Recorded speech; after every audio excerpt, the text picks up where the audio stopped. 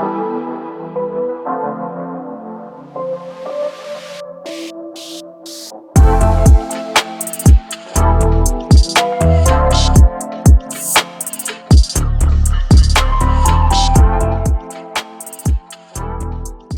is going on, guys? So I'm sure as most of you know, Apple's been dropping an avalanche of products this year, and now we finally have the Apple Watch Series 7. This watch has gotten a lot of mixed reviews, some people loving the new upgrades, other people saying it should be called the 6S because not much has changed. There were a lot of rumors about a huge design overhaul that didn't happen. There's definitely a lot to unpack. Regardless of all of that, this watch is still undoubtedly at the apex of smartwatches. It is the best smartwatch on the market. Let's cover everything new and whether or not it's for you. Starting off with what's actually in the box, which you'd expect from all previous Apple Watch models, I grabbed the 45mm aluminum finish Midnight with the Midnight sports band. So I got the watch, a strap, the charger, and some paperwork to go with it. And of course, there's no wall adapter to go with the charger, but I think we all expected that. One note about the charging cable though is it now has a metallic finish on the back and the sides that was not present on all the previous charging cables. This is meant to distinguish it visually as the new cable because this one is now USB-C and charges this watch and this watch only 33% faster. But starting off with the exterior of the watch, it is strikingly similar to the 6. However, if you look closer, you can tell there are a few minor differences. First of all, the 7 is much rounder and the edge of the watch actually meets the glass, give a really smooth effect on the edges. On top of that, it is also 1mm bigger. So the 6 comes, and the same with the SE, comes in two different sizes, 40 and 44mm options, whereas the 7 comes in 41 and 45mm options. 1mm, not a huge difference, but it is a tiny bit larger. When you actually go to turn the watch on, when you will notice the major flagship change of the 7. By reducing the borders by 40% and putting the display right up against the edges, the 7 has a 20% larger display than the Series 6, and 20% is mind-blowing. It is exponentially easier now to tap the right button, find the app you're looking for, read more text, read larger text, read the time in the top right. It is just an amazing change. I'll touch back on larger display later and the software that comes with it because that's where the juice of this upgrade is. Going back to the exterior of the watch though, there were a ton of rumors coming from various different sources that Apple's going to do some major design rehaul and give it ultra flat edges similar to the iPhone 13 that ended up not being true. There's many people now speculate that maybe Apple ran into some huge manufacturing issues or was trying to weed out moles in its company. There's a lot of talk about that, but regardless of all of that, I actually really love the rounder edges. They're just a lot more comfortable to slide your finger across, it looks more elegant and friendly, and it is the signature Apple Watch look, compared to a much flatter watch, the Samsung Watch 4 or the watch that got leaked. However, I do think in the future, Apple will give their watches much flatter sides, because it lets them pack in a lot more hardware in the internals, and it's becoming the signature look of their iPhones and iPads. And as we're talking about size, there is now one long speaker grill on the side of the watch compared to the two smaller ones on the previous watch models. And all previous Apple Watch bands are compatible with the Series 7. The one thing I was pretty disappointed by was actually the color selection on the 7. So you know, with all new Apple products, there's a ton of cool colors that go with it and some new flagship color to do other advertising with. Which is great and all, but most people usually stick with a neutral color. So that's some kind of silver white or some space gray black. However, on the Series 7, the aluminum finish, there is no neutral color.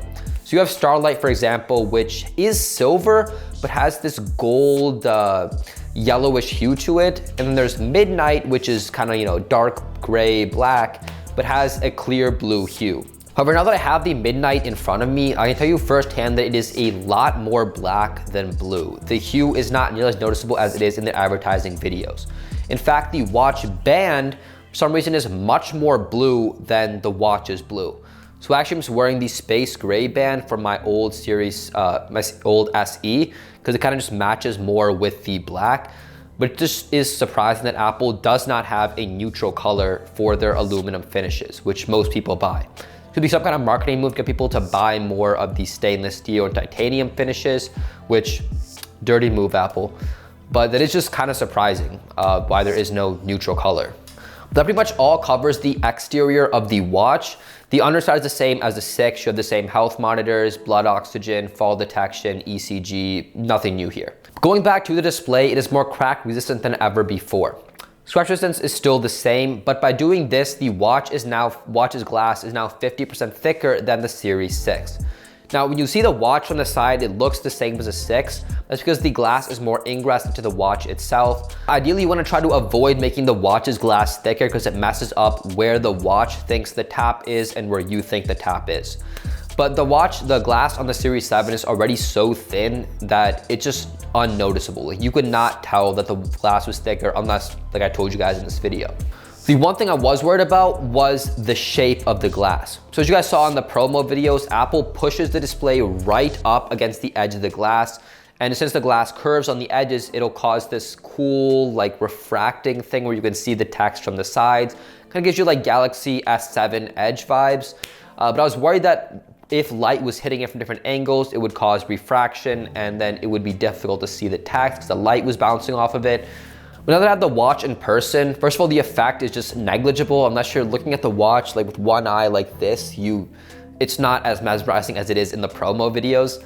But on top of that, like, you don't have to worry about light refracting or anything on the edges because the text, even if it's right up against the edge, it's still very easy to read, and most text isn't exactly up against the edge. There's some gap between the edge and where the text is.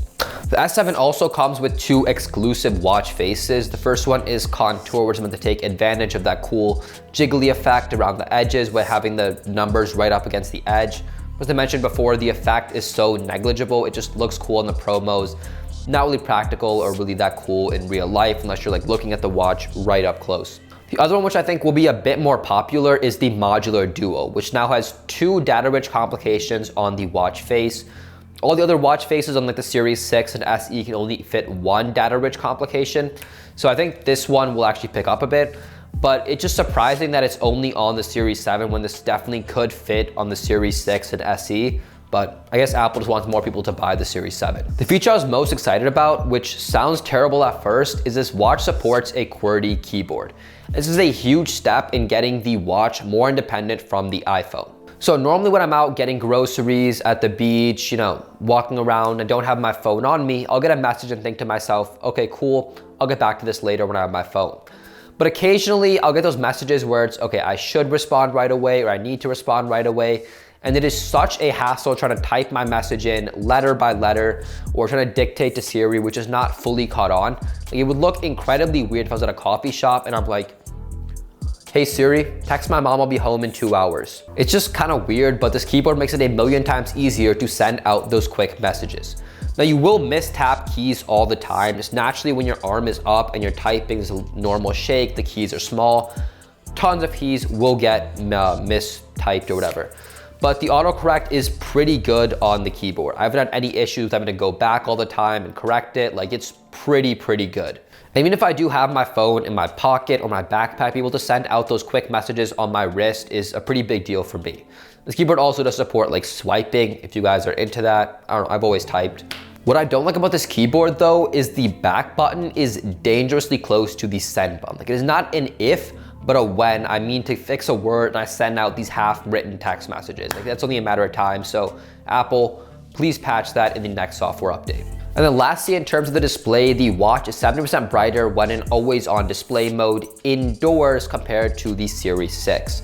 Now, I don't think anyone actually had any complaints about the always-on display brightness with the Series 6, but I guess it's nice that Apple made it brighter. In terms of outdoors, usually when I'm outdoors, I'm walking or doing something, so I need to turn my watch's face or lift it up in order to even see the time in the first place. But as long as you're not in direct sunlight, you should be able to read the time pretty easily when in always on display mode.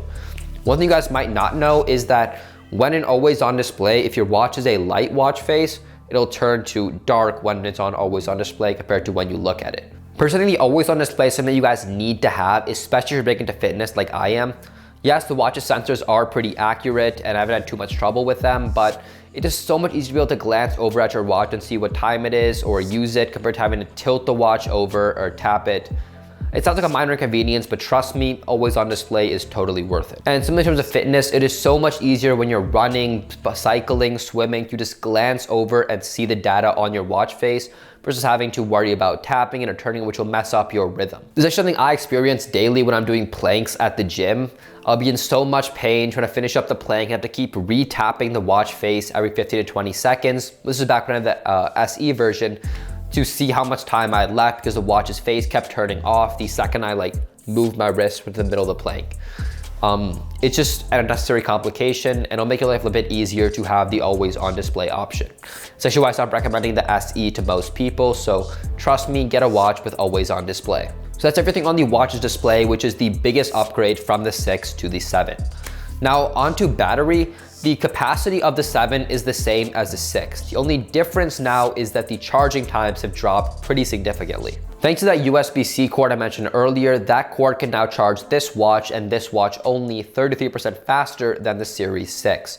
And with that 33% faster charge, you can also get a full 8 hours of sleep tracking metrics with only an 8-minute charge. And that pretty much solves this issue people were having when they use their Apple Watch the whole day, and at night when they had to go to bed, there wasn't enough charge left on it to go and actually track their sleep. In terms of numbers, the Series 7 can now charge to 80% in 45 minutes and 100% in 1 hour. Whereas the Series 6 could charge to 80% in 1 hour and 100% in 90 minutes. As a note though, you will need a 20-watt wall adapter to go with that USB-C cable in order to reach these max charging speeds. So if you guys already have a 3-in-1 charger like I do, then you are unfortunately out of luck because those chargers cannot reach the max charging speeds for the Series 7. There are a few products, however, that use the USB-C charger where you can insert the USB-C charger into it and use MagSafe, looking for a place to charge all your products at once and also get the top speeds to charge the watch. I have a few of those products linked below if you guys are interested. The Series 7 does have identical performance with the Series 6. It is the exact same chip, but Apple rebranded it as the S7 chip to keep all the numbers consistent. The only actual difference is that this chip does support some satellite in China, which gives some people better GPS and cellular data in certain regions of China, but that is basically it. And Apple's done the same kind of thing before with the Series 4 and Series 5 chips to keep the numbers consistent. This is also the first ever Apple Watch to be certified IPX dust resistant. Other Apple Watches were dust resistant. This is the first one to be actually certified. And similar to previous Apple Watches, it is also water resistant up to 50 meters. So in summary, the top new features of the Series 7 is going to be that 20% larger display, 70% brighter always on display indoors, more crack resistant and dust resistant, and lastly, the 33% faster charging with the USB-C charger. So in terms of whether or not you guys should buy it, that is really up to you, your budget, your lifestyle. But my suggestion would be that if you just bought a 6, a 5, or an SE, it'd be better money-wise if you guys just wait for the next Apple Watch to drop because those watches still work perfectly fine. Now, if you have an older Apple Watch, so the original ones, the 4, or you've never had an Apple Watch before, then it would definitely be something to consider to purchase this Apple Watch because it will make your life exponentially easier, and trust me, it'll be worth the money. So thank you guys so much for watching, and let me know in the comments, do you guys want better battery? Do you love this watch? Do you wish for more health metrics? What do you guys want to see in upcoming watches? All that stuff. I look forward to reading you guys' comments, and I'll see you guys next week.